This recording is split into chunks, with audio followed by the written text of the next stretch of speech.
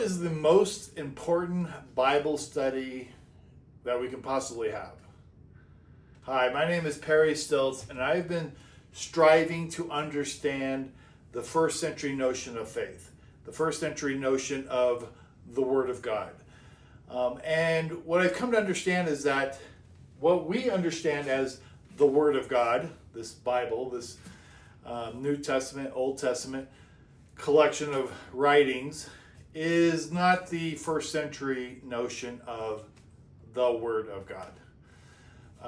I have spent over 10,000 hours studying and trying to get clarity around this particular idea. What do they mean when they refer to the Word of God? Now, let me explain as a little history, a little context as to where we get this from. The New Testament is a collection of writings. It's a collection of letters by Paul, Peter, James, John, and some gospel books that we call the Gospels, Matthew, Mark, Luke, and John, which are really accounts of Jesus' life, biographies basically. And they are all written in the first century, starting from somewhere around 50 AD, and then in the 4th century, they are collected and canonized into what we call the New Testament.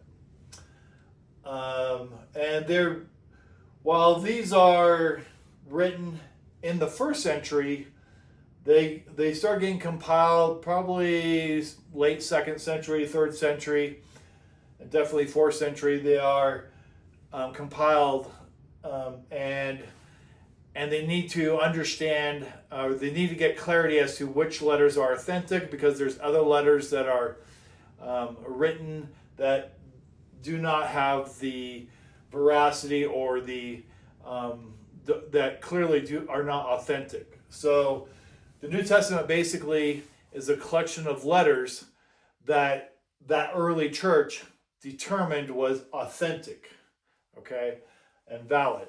So that's the New Testament. It's a collection of writings, and today we would call that the Word of God. But in the 1st century, like if you're reading James' letter or one of Paul's letters, or 1st, 2nd, or 3rd John, or Peter, they're going to refer to this thing called the Word. And the Greek word we're talking about is the Logos. And I've spent so much time trying to get clarity with what that actually is. What does that actually mean? And what does it mean particularly to the people that write these letters? So James, let's just read a little bit of James chapter 1, starting in verse 18. Starting in verse 18. In the exercise of his will, he brought us forth by the word of truth, so that we would be a kind of first fruits among his creatures. All right, and then skipping down to verse 21. Therefore, putting aside all filthiness and all that remains of wickedness, in humility receive the word, the Logos, implanted, which is able to save your souls. What is James talking about? That's the question. That's the ultimate question, I believe, for any Bible study. Now,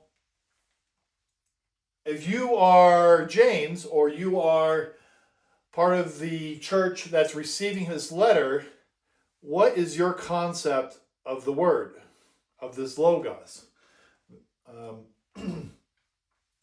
That's the real question. And so that's been my question for over 10 years now, since 2012 actually. I've been striving to get clarity, crystal clear, on what they understand as the Word. And what I've come to understand is that they are referencing Jesus and Jesus' teaching, his message of discipleship. Remember when Jesus says, "I am the way, the truth, and the life"? Well, that's because he has commanded them to be disciples, and he is our spiritual medium. Okay, he is the mediator between God and man. He is our spiritual means of understanding God. The more we understand Christ, the more we understand God. You can see that in John 14, verse 6, where he says this, and looking at the context, and he says it throughout his ministry in different ways. Carry your cross,